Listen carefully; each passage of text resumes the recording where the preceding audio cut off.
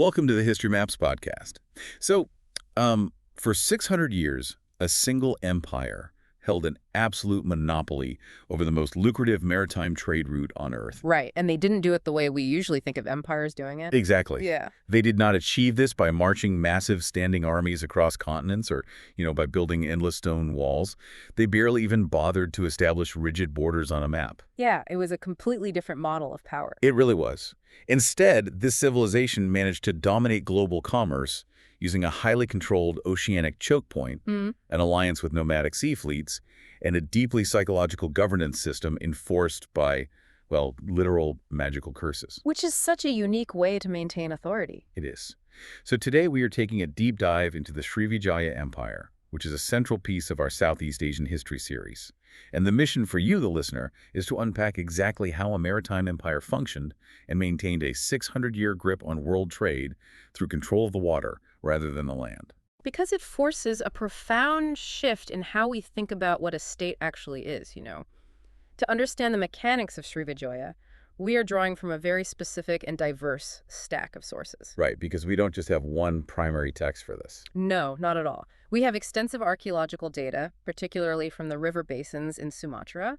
We are looking at translated stone inscriptions written in Old Malay. And we also have those records from outside the empire, right? Yeah, we're relying heavily on meticulous monastic records kept by Chinese Buddhist scholars who visited the region. That, alongside Indian epigraphy and, of course, modern historical analyses. Okay, let's unpack this. I want to start by throwing out the modern map. Fair enough. Because if you look at a political map today, you see solid blocks of color separated by hard lines. You see a nation's territory, and you assume the government controls every inch of dirt within those lines. Right, that's the Westphalian concept of a state. But reading through these sources, Srivijaya clearly did not operate that way. They didn't seem to care about the dirt at all. They cared about the water. That is the fundamental paradigm shift you have to make when looking at this period. Today, we define a state by territorial sovereignty, drawing borders deep into a landmass and defending them. And Srivijaya challenges that entirely. Completely. Their focus was almost exclusively on a single geographical feature, which is the Strait of Malacca. Which is a passage of water right between the island of Sumatra and the Malay Peninsula. Exactly. And at its narrowest point, it is roughly 65 kilometers wide. Right. And just to ground this for you, the Strait of Malacca is currently one of the most vital stretches of ocean on the planet. Roughly 40% of global trade moves through that exact same corridor today. It's a massive artery for commerce, and the underlying geographic logic of that passage has remained identical for over a millennium. So to understand how Srivijaya leveraged it, we have to look at the mechanics of medieval maritime travel. Yeah, because if you were a merchant in the 7th century and you wanted to move goods between the Indian Ocean and the South China Sea, you were completely at the mercy of the monsoon winds. Let's break down those mechanics. How exactly did the monsoons dictate a merchant's schedule? Because it wasn't just a matter of dealing with a bit of bad weather. No, not at all. This was a fundamental physical barrier to travel. In the days of sail, you could not simply push through opposing winds. The monsoon system in this part of the world operates on a strict seasonal clock. Driven by the heating and cooling of the Asian landmass, right? Precisely. So you have the southwest monsoon, which blows from roughly May to September. And that wind carries ships from the Indian Ocean, India, Persia, Arabia, towards Southeast Asia and China. Okay, so that pushes you east. Right. Then, from roughly November to March, the northeast monsoon kicks in, blowing in the exact opposite direction. So if I'm a merchant sailing from the Indian Ocean, I ride that southwest wind into the Strait of Malacca. But by the time I get there or finish my immediate trading, the wind might be shifting. Or you might have missed your window entirely to push all the way up to China. Right, meaning I physically cannot sail forward? Exactly the issue. The wind patterns force ships to stop. The Strait of Malacca basically became an unavoidable mandatory waiting room. You had hundreds of merchant ships forced to just drop anchor. Yeah, carrying everything from Chinese silk and ceramics to Indian textiles and Arabian horses. They just had to wait for months for the seasonal winds to reverse so they could either continue their journey or go back home. And the alternative to waiting in the strait was what? trying to sail south and navigate all the way around the outer edges of the entire Indonesian archipelago. I mean, you could try, but that alternative was practically suicidal for most merchant vessels of the era. Because of the environment out there. Exactly. Navigating the outer rim of the archipelago meant facing the unpredictable swells of the open Indian Ocean.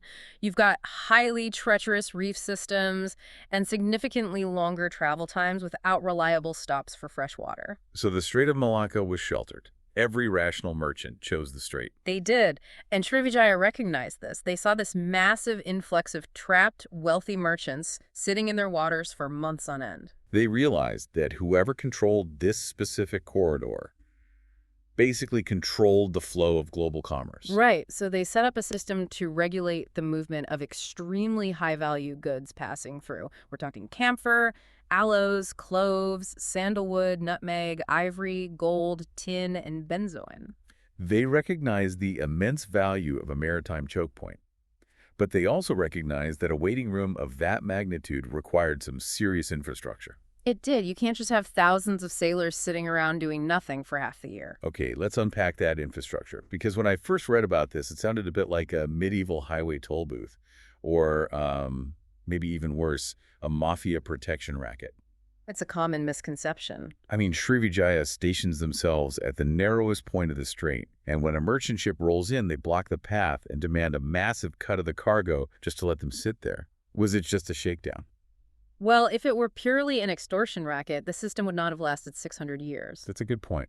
Merchants are pragmatic. If the cost of the toll outweighed the profit of the voyage, or if they were simply being robbed, trade would have dried up. Or the merchants would have just invested in heavily armed convoys to force their way through the strait. Exactly. Srivijaya maintained power because they offered exceptional, tangible services in exchange for that toll. So what exactly were these merchants getting for their money? They were getting access to highly organized entrepôts.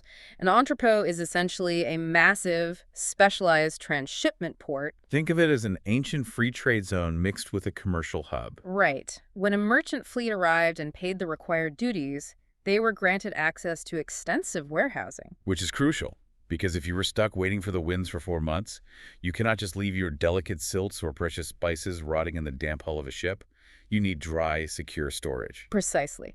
And beyond warehousing, Srivijaya provided a standardized currency exchange. Because you had merchants from the Abbasid Caliphate, the Tang Dynasty, and the Tamil merchant guilds of South India, all converging in one place. Yeah, it was highly international, so Srivijaya provided multilingual translators and legal arbiters to facilitate these really complex multinational trade deals. They were essentially running the ultimate trade convention center. You don't even have to sail all the way to China if you don't want to. Right, you could just do your business right there. Yeah, an Indian merchant can sail to Srivijaya, sell his textiles to a Chinese merchant who is also waiting there, buy a load of Chinese ceramics, and then just sail back home on the next wind. Srivijaya becomes the middleman for the entire global economy. And they provided physical infrastructure as well, notably vessel repair facilities. Which was a massive undertaking. After surviving a treacherous ocean crossing, ships needed to be recaulked, sails needed mending, and provisions had to be restocked. Where did all that food come from? Srivijaya actually cultivated a massive agricultural surplus in their river basins, specifically to feed these seasonal influxes of thousands of foreign sailors. So the toll you paid was really for access to this incredibly efficient, secure commercial ecosystem. Exactly. It wasn't just a tax to not be attacked. It was a fee for service. That makes perfect sense. It was a mandatory full-service rest stop. But establishing that level of infrastructure and control doesn't happen by accident. How does Srivijaya actually capture this choke point in the first place? Well, the origins of the empire trace back to the late 7th century, specifically around the 670s to the 680s. And the geographical heart of this nascent power was located at Palembang, right? Yes, which is situated on the Musi River in southeastern Sumatra. And our primary evidence for this foundation comes from a very specific artifact, the Kedukan Bukit inscription. Which is a crucial text. Yeah, this stone was found in the region and is dated precisely to June 16, 682. The inscription is vital because it details the actions of the founder, a figure named the Punta Hyang Srijanasa. It records him undertaking what is called a siddhayatra. The sources translate siddhayatra as a sacred or magical journey. But looking at the numbers involved in the text, this was clearly a military campaign. So why use the term magical or sacred? Because in the political theology of the region at that time, military conquest and spiritual acquisition were deeply intertwined. You couldn't really separate the two. No. A Siddhiyatra was a ritualized expedition designed to secure territorial power, yes, but also to acquire spiritual merit and demonstrate the divine favor of the ruler. So the fact that he was victorious essentially proved his magical potency. Exactly. And the numbers recorded on this inscription are highly specific, almost like a quartermaster's log. Yeah, it states that the expedition included 20,000 troops, 1,312 foot soldiers, and 312 people in boats. That level of detail highlights the sheer scale and organizational capacity of the founding expedition. They weren't just a local chieftaincy claiming a small stretch of river. They were mobilizing a massive structured force to establish absolute dominance over the region. And they didn't just stop at Palembang. We have another record, the Koda Kapur inscription from 686, which was found on the neighboring island of Benga. And this text breaks down further military expansions. Srivijaya systematically conquered rival rivermouth centers. Right. They subdued the neighboring polity of Malayu, which was located in the Jambi region along the Batanghari River. And they even launched naval expeditions across the sea to suppress rebellions in Java, specifically targeting the kingdom of Tarumanegra. And this pattern of conquest is where the true strategic logic of Srivijaya reveals itself. They were constructing a thalassocracy. Here is where it gets really interesting. Let's define that term for the listener. A thalassocracy is an empire of the sea. But what does that actually look like in practice for Srivijaya? In practice, it means ignoring the interior landmass almost entirely. Because the dense inland jungles of Sumatra and the Malay Peninsula were incredibly difficult to traverse and administer. Right. Srivijaya did not care about conquering those vast territories. They only cared about controlling the river mouths and the coastal fringes. Because the rivers act as highways. The inland tribal groups who actually harvest the valuable goods, the camphor, the gold, the forest resins, they have to use the rivers to bring those goods to the wider world. And if Srivijaya controls the mouth of the river, they act as the gatekeeper. Exactly. They control everything coming down from the interior, and they control everything passing by on the sea. It is a highly efficient form of geographical management. You let the inland populations do all the hard labor of extraction, and you simply control the exchange point. But to control multiple distant river mouths across different islands and to enforce the tolls on the passing international ships, Srivijaya needed a navy. They did. And this is where their strategy diverges sharply from continental empires.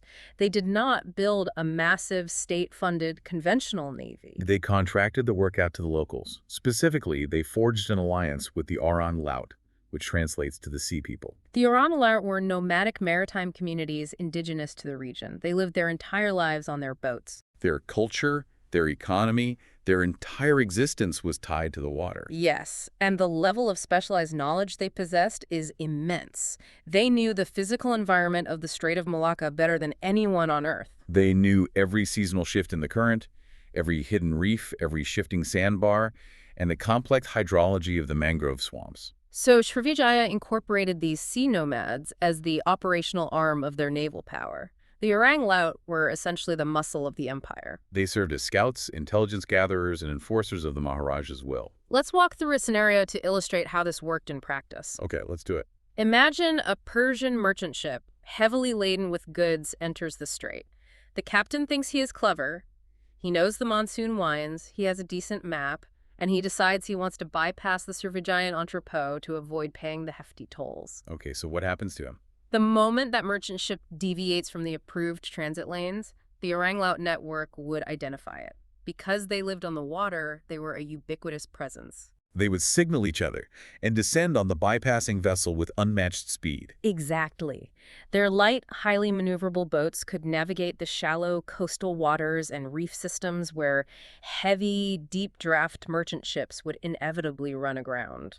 So no foreign ship, no matter how well-armed or how experienced its crew, could outmaneuver the Orang Laut in their own backyard. They would just swarm the vessel. And the system was strictly, brutally enforced. Ships that followed the rules, paid the toll, and docked at Palembang received safe passage. They were provisioned, protected, and even given highly valuable market intelligence gathered by that same Orang Laut network. Right, but ships that bypassed the toll were attacked, boarded, and plundered. Their cargo was confiscated and brought back to the Srivijaya Maharaja. So I have to push back here, because earlier we discussed Srivijaya not being an extortion racket. But what you just described, boarding ships, taking cargo by force, that is literally piracy. It looks like it from the outside, yes. So were the Orang Laut a legitimate navy, or were they just state-sanctioned pirates operating a massive shakedown operation for the king? That is a critical question, and it cuts to the core of how maritime law functioned in the medieval period. The distinction between piracy and taxation, or between a pirate and an admiral, was entirely a matter of political recognition. Because there is no international governing body. Yeah. There is no United Nations of the Sea. Precisely. Legitimacy comes from power and recognition. Because the Orang Laut operated under the explicit, recognized authority of the Srivijaya Maharaja, they were legally an authorized arm of a sovereign state. Okay, I see. So from the perspective of the Chinese emperor or the Abbasid caliph who dealt diplomatically with Srivijaya, this was the local security force ensuring the trade routes were clear of unstructured, chaotic piracy. Exactly. Srivijaya effectively monopolized the violence in the region. They basically told the global powers, we are the only ones allowed to use force in this strait. We will keep the rogue pirates away, but you have to pay our tax. So from the perspective of the merchants who paid, the Orang Laut were the Coast Guard. But from the perspective of the merchant who tried to run the toll, they were pirates. Exactly. It was a highly sophisticated protection system, but physical enforcement on the water by the Orang Laut was only half of the governance equation. Because Srivijaya faced a massive administrative problem. They had to keep a decentralized, widely scattered network of river ports, island settlements, and local chieftains loyal to the central authority in Palembang. Right, because if you are operating a thalassocracy, your empire is essentially a network of nodes connected by water. You cannot build a wall around it. And you cannot station a massive standing army on every single island and river bend to ensure the local leader isn't skimming the profits or declaring independence. This is where we have to examine the mandala political model. The mandala concept is central to understanding Southeast Asian governance in this period. Because as we established, power was not defined by hard borders. No. Power radiated outward from a center, growing weaker the further away you got. When I think of a mandala, I think of the visual representation in art. The geometric concentric circles. How did that translate into political administration?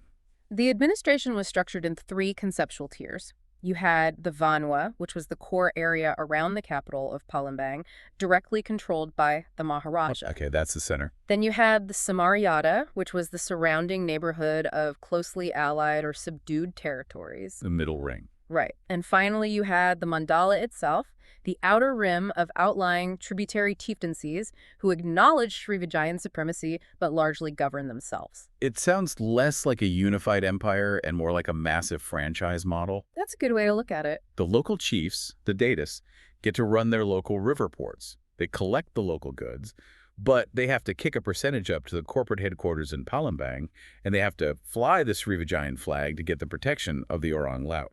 The franchise analogy works well, especially regarding the economic incentives. The system was held together primarily by wealth redistribution. Because the Maharaja in Palembang collected immense profits from the international tolls and the global trade running through the capital. Right, and he maintained loyalty by sharing that wealth. He buys their loyalty. Well, he invests in their loyalty.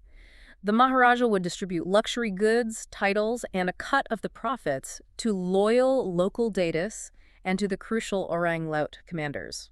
So as long as the wealth flowed from the center, the outer nodes of the mandala had every reason to remain part of the system. Exactly. They were richer within the Srivijayan network than they would be outside of it. But economic incentives are fragile. I mean, if trade slows down for a season, or a local chief decides he wants 100% of his local profits instead of the 60%, the wealth redistribution isn't enough to stop a rebellion. True. And as we said, Srivijaya doesn't have the military manpower to garrison every port. So how do they enforce loyalty when the money isn't enough? This leads us to one of the most fascinating aspects of Srivijayan statecraft. They utilized a system of intense psychological and spiritual governance. They used the sumpa, The curses. This is where the story takes a turn from economic theory into psychological warfare. It really does. We have several early Srivijayan inscriptions, most notably the one found at Telagabatu, that function as literal institutionalized magical threats. When a local Datu swore allegiance to the Maharaja, they didn't just sign a treaty. No, they participated in a deeply esoteric ritual involving these cursed stones. Let's look at the wording of these inscriptions, because it is not standard legal jargon. It doesn't say, if you break this treaty, we will fine you. Far from it, the language is violently visceral. Yeah, the texts invoke crocodiles to drag the traitor underwater. They invoke demons to drink their blood. They call down supernatural diseases, madness, and the physical tearing of flesh. And they threaten not just the individual traitor, but the complete spiritual and physical destruction of their entire family line. It is absolute, uncompromising terror, and it is incredibly practical. Practical, how so? Well, if you lack the logistical capacity to project physical force to a distant island at a moment's notice, the fear of divine cosmic retribution is a highly efficient, zero-cost way to maintain a federation. Oh, I see. Because a garrison of troops has to be fed and paid, and they can mutiny. But a curse requires no upkeep. Exactly. But for a curse to work as a political tool, the people have to genuinely believe in it. Right. Why were these local leaders, who were practical men running complex economic ports, so terrified of words carved into a stone? Because of how the Maharaja was viewed within the cultural framework of the time, the ruler in Palembang was not just a bureaucratic head of state or a successful merchant prince. He was viewed as a semi-divine figure. Yes, his authority was believed to bridge the physical and the spiritual worlds. He was the earthly conduit for cosmic order. So defying the Maharaja wasn't just treason, it was heresy. It was an act that disrupted the balance of the universe. Exactly. When Maharaja, through his priests, issued a sumpa, it was believed to carry tangible, lethal weight in the real world. Water would be poured over these cursed stones, collecting the magical potency of the carved words, and the vassals would be forced to drink it. And if they rebelled, the magic they ingested would literally tear them apart from the inside. That spiritual authority, this idea of the Maharaja as a cosmic conduit, was deeply tied to Srivijaya's role on the global stage. Yes, it was. Because Srivijaya wasn't just a commercial hub moving spices and silk. It was a global epicenter of theology, specifically Buddhism. The relationship between their immense trade wealth and their religious prestige is a classic cycle of reinforcement. The wealth generated by the port allowed the Maharaja to sponsor massive religious institutions, build temples, and patronize scholars. And this religious patronage, in turn, elevated the Maharaja's status from a regional warlord to an internationally recognized enlightened monarch. Let's clarify the type of Buddhism practiced here, because the sources mention Srivijaya as a major hub for both Mahayana and Vajrayana Buddhism. What does that actually mean in the context of Srivijaya? Well, Buddhism is not monolithic. Mahayana Buddhism focuses heavily on the concept of the bodhisattva, Which are beings who achieve enlightenment but delay their own nirvana to help save all other sentient beings, right? Yes, it's a very broad, inclusive path. Vajrayana, however, is deeply esoteric. It is sometimes called Tantric Buddhism. And what makes Vajrayana esoteric? Vajrayana places a heavy emphasis on complex rituals, the chanting of mantras, the creation of mandalas, and the belief that spiritual power can be channeled to achieve rapid enlightenment. And sometimes physical or magical results in the real world, Exactly. which maps perfectly onto the existing belief systems of the Malay archipelago. It really does. I mean, if the local Datas already believe in indigenous magic, ancestral spirits, and magical curses, Vajrayana Buddhism doesn't destroy those beliefs.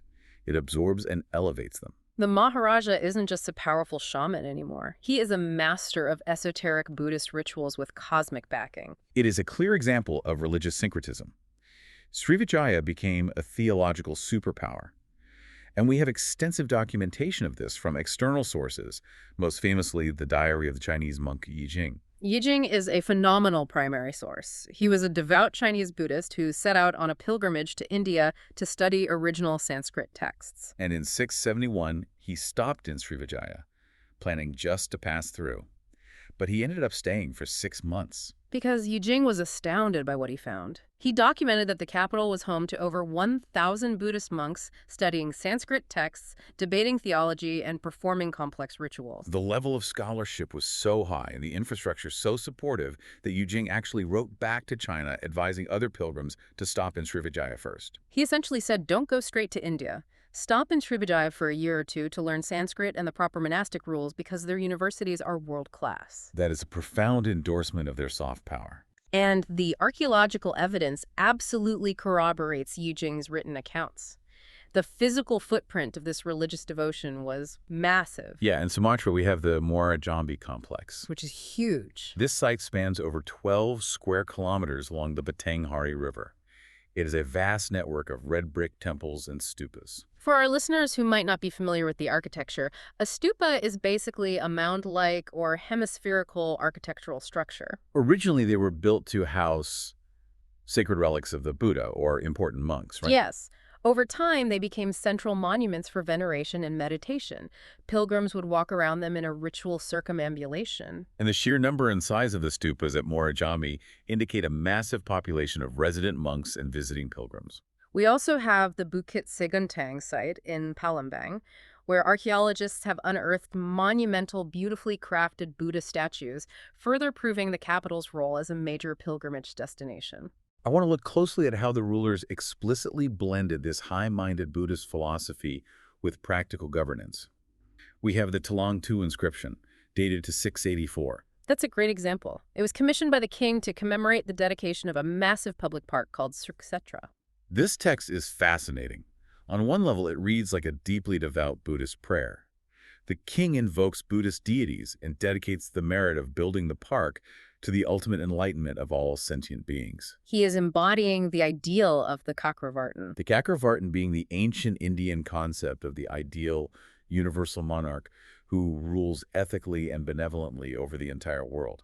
Right. But then right alongside the prayers for spiritual liberation, the inscription gets incredibly specific about horticulture. Yeah, the king lists the exact types of trees he is planting: sugar palm, coconut, bamboo. He issues directives on the construction of dams and the management of water resources to ensure the crops don't fail. It perfectly encapsulates their worldview. The inscription serves as one of the oldest known testaments to environmental stewardship in Southeast Asia. But it also reinforces the political narrative.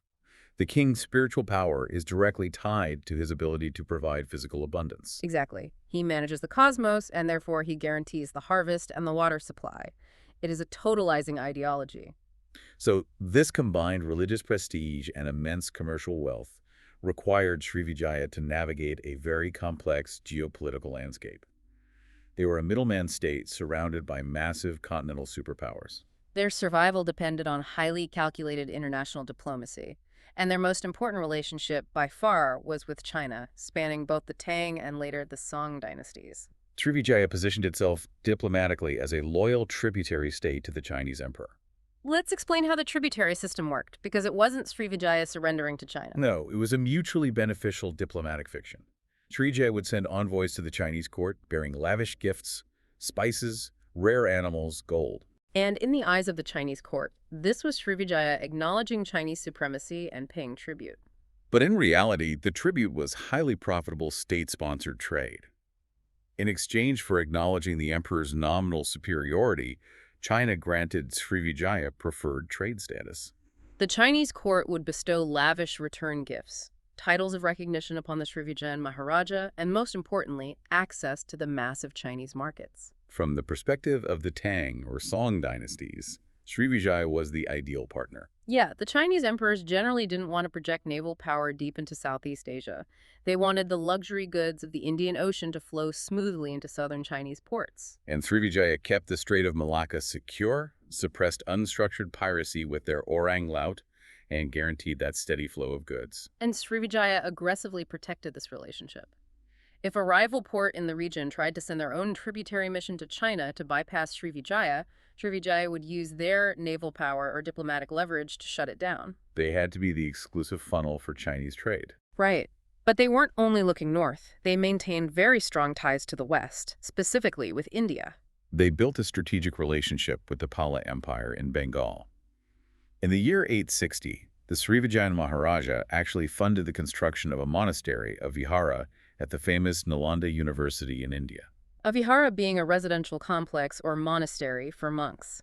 Srivijaya was basically paying to build dormitories for their own scholars at the most prestigious Buddhist university in the world. Which further cemented their status as intellectual peers of the Indian empires. They also established early, friendly relations with the Chola Empire in southern India. In the year 1006, Srivijaya sponsored the construction of another vihara, this time in the Chola port town of Nagapattinam. They were aggressively building diplomatic bridges across the entire Indian Ocean. And closer to home, within their own archipelago, they managed regional dynamics through strategic intermarriage. The most notable example is their alliance with the Sailendra dynasty of Java. The Sailendras were a massively powerful temple-building dynasty. They constructed the famous Borobudur monument. By intermarrying with the Sailendras, Srivijaya linked the two most powerful maritime families in the region. Eventually, a Sailendra descendant named Balaputra actually ascended to become the Maharaja of Srivijaya. Which effectively merged the dynastic lines and strengthened Srivijaya's influence over both Sumatra and the agricultural powerhouses of Java. The entire system was a masterclass in balance. Srivijaya was acting as a highly sophisticated geopolitical middleman. Carefully balancing the insatiable economic demands of the Chinese market with the goods flowing out of India and the rich resources of their own local mandala network. But, that position as a middleman is inherently vulnerable. You are dependent on forces outside of your control. If we look at the internal mechanics, Srivijaya's stability relied entirely on having enough trade revenue to pay off the local datus and keep the Orang Laut loyal. That reliance on the Chinese market proved to be a severe double-edged sword. When China was stable, trade boomed and Srivijaya thrived. But the Chinese dynasties experienced periods of intense internal instability.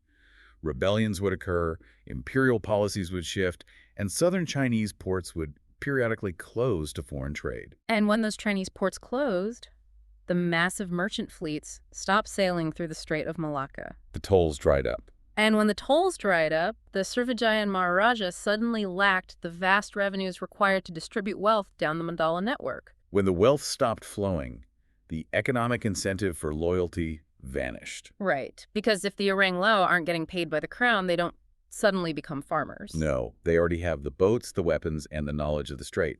They simply revert to unsanctioned piracy. You start attacking whatever ships are left, keeping the plunder for themselves. An interruption in Chinese trade led directly to spikes in regional piracy, which caused further panic among merchants, leading to a vicious cycle that threatened to break the entire mandala system apart. So internal stability was always a delicate balancing act tied to the Chinese economy.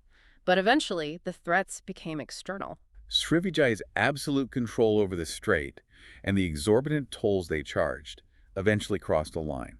They angered another maritime superpower who relied heavily on that road. This brings us to a catastrophic turning point, the Chola invasion of 1025. The Chola Empire, located in South India and ruled by Emperor Rajendra Chola I, was at the height of its power. The Cholas were an aggressive, expansionist, and wealthy empire, and their economy relied heavily on the trade route to Song Dynasty China. But they didn't just send independent merchants. They operated through massive merchant guilds. We need to understand how these medieval Tamil merchant guilds functioned. The most prominent in this narrative is the Ainaruvar, also known as the Guild of the 500. When modern listeners hear guild, they might think of a local group of craftsmen or bakers in a medieval European town. The Ainaruvar were nothing like that. They were an armed, multinational corporate entity. They operated massive fleets, controlled vast amounts of capital, and possessed their own private mercenary armies to protect their warehouses and ships. They were immensely powerful political actors within the Chola Empire. The Ainaruvar were aggressively trying to expand their direct trade with Song China. They wanted to sail straight through the strait, sell their goods in Guangzhou, and bring the profits back to India. But Srivijaya stood in the way. Srivijaya's entire model relied on forcing merchants to stop, offload, pay taxes, and often sell their goods to Srivijayan middlemen rather than proceeding directly to China. Srivijaya began putting immense economic pressure on these Chola guilds, imposing exorbitant tolls and interfering with their operations. So the guilds petitioned the Chola emperor, Rajendra Chola I. When diplomatic attempts to negotiate free passage failed, the emperor decided to solve the problem with overwhelming military force. He launched a massive, unprecedented naval expedition across the Bay of Bengal. Let's focus on the logistics of this invasion, because they are something else. Moving a massive army across the open ocean in the 11th century is an immense engineering and navigational feat. And Srivijaya, relying on their Orang Laut in the shallow straits, did not see this coming. Srivijaya felt secure because they dominated the coastal waters. But the Chola Navy was a professional blue water fleet. They utilized advanced naval architecture, specifically stitched plank technology. Explain how stitched plank shipbuilding works and why it gave the Cholas such an advantage in crossing the open ocean. Well, continental European and Chinese shipbuilders often relied on rigid internal frames fastened with iron nails. In calm waters, that works fine. But iron nails rust in salt water, and more importantly, a rigid hull takes the full, brutal kinetic force of an ocean wave. If the wave is violent enough, the rigid wood splinters and the hull cracks. The Cholas built their ships differently. Instead of using rigid iron nails, they literally sewed the massive wooden planks of the hull together using extremely strong coir rope made from coconut fibers. Because the planks were stitched rather than nailed, the hull possessed a degree of flexibility. When a Chola warship hit a massive, violent swell in the Bay of Bengal, the hull didn't shatter, it flexed. It absorbed the kinetic energy. This technology allowed them to build massive vessels capable of surviving the 3,000-kilometer open ocean crossing to Southeast Asia. So Rajendra Chola I loads up this blue water armada with battle-hardened troops, war elephants, and siege equipment, and they ride the monsoon winds directly across the Bay of Bengal. It was a masterclass in shock and awe. It was a total strategic surprise. Srivijaya's defensive network was oriented toward the Strait of Malacca and the South China Sea. The Cholas didn't sail down the Malay Peninsula where they would be spotted. They sailed directly across the deep ocean and struck the west coast of Sumatra. They landed and resupplied at the port of Barus. Barus was on the western coast and was already heavily frequented by Tamil trade guilds who were extracting local camphor. The Cholas used this friendly intelligence hub to orient themselves, and then they struck Srivijaya's completely vulnerable flanks. The Srivijayan forces were entirely unprepared for a professional military assault of this scale coming from that direction. The Chola fleet moved with terrifying speed, launching a synchronized campaign that sacked a string of vital strategic ports across the empire. They hit Kadaram, which is modern-day Kedah on the Malay Peninsula. They struck Penang on the Sumatran coast. And finally, they drove straight into the heart of the empire and sacked the capital city of Palembang itself. The destruction was calculated and absolute. They didn't just burn the docks, they dismantled the political leadership. They captured the Srivijayan king, Sangrama Vijaya Tungavarman. And they stripped the city of its immense wealth. The Chola inscriptions proudly boast about looting the royal treasures, specifically mentioning the capture of the Vichadara Torana. The Vichadara Torana translates to the jeweled war gate. It was a massive, opulent architectural structure adorned with jewels that stood at the entrance to the Srivijayan palace. It was the physical symbol of the empire's wealth and invincibility. The Cholas ripped it down and hauled the treasure back to India as a trophy. Now, when an empire launches an invasion of this scale, captures the king, and sacks the capital, you normally expect them to annex the territory. But that isn't what happened here. No, and that raises a crucial point about the intent of the invasion. Rajendra Chola I did not intend to occupy the region permanently. He did not leave behind a massive garrison or a bureaucratic administration to rule Sumatra. The dense jungles and the sheer distance made permanent occupation too costly. The goal was purely extractive and strategic. He wanted to shatter the Srivijayan monopoly. He wanted to ensure that the Strait of Malacca was wide open, allowing the Chola merchant guilds to sail through freely without paying extortionate tolls. Once he had crippled Srivijaya's military capacity, looted their treasury, and extracted promises of massive tribute, the Chola fleet turned around and sailed home. They achieved exactly what they set out to do. But while the physical damage to Palembang was eventually repaired, the psychological damage to the Srivijayan Empire was terminal. That is the ultimate consequence of the raid. We talked extensively about the mandala system and the Sumpa, the curses. The entire decentralized network of Srivijaya rested on a foundation of psychology. It relied on the unshakable perception that the Maharaja was an invincible, semi-divine figure wielding cosmic power. The Chola raid violently shattered that illusion. Every vassal state, every local Detu, and every Orang Laut commander witnessed the reality. The capital could be burned, the royal treasures could be stolen, and the semi-divine king could be dragged away in chains. The magical curses carved into the stones did absolutely nothing to stop the Chola warships. Once that aura of invincibility was gone, the center could not hold the mandala together. Local chiefs realized they didn't need to kick their profits up to Palembang anymore. The fear was gone. Srivijaya did not collapse overnight. Empires of that economic magnitude take a long time to bleed out.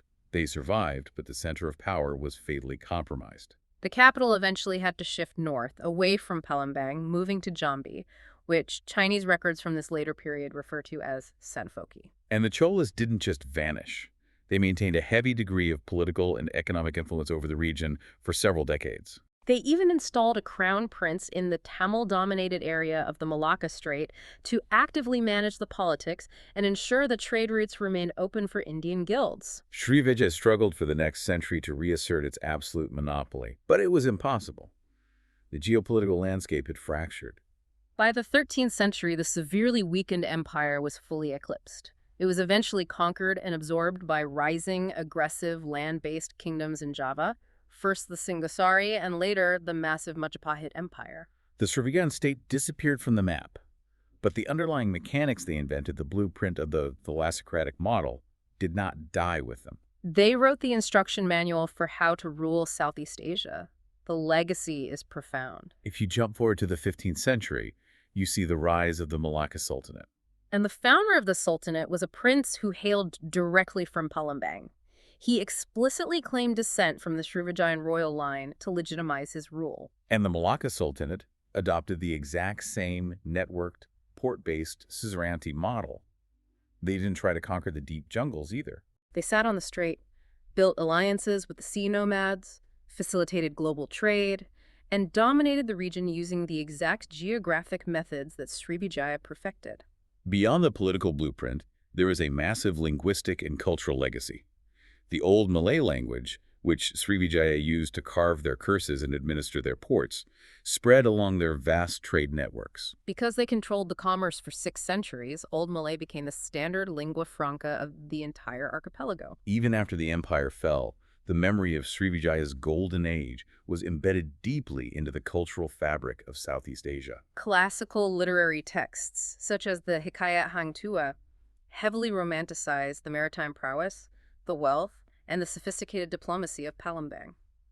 They became the mythical standard of greatness for the region. To close out our analysis today, I want to offer a final thought regarding the physical geography we discussed at the very beginning of the deep dive. The geopolitical realities of the modern world have obviously changed. Right. Modern international maritime law, the presence of powerful, clearly defined nation-states, and modern naval technology make it impossible for a single empire to monopolize the Strait of Malacca, using fleets of sea nomads and the threat of supernatural curses. The tools have changed, but the underlying geographic logic remains absolutely identical. The Strait of Malacca is still one of the most vital, congested, and geopolitically sensitive bodies of water on Earth. It still handles a massive percentage of the global energy and manufacturing trade. Whoever secures that strait secures the global economy. Srivijaya simply recognized this reality, mastered the mechanics of it, and built an empire upon it 1,000 years before the modern era. Thank you for listening. History Maps. Learn history visually.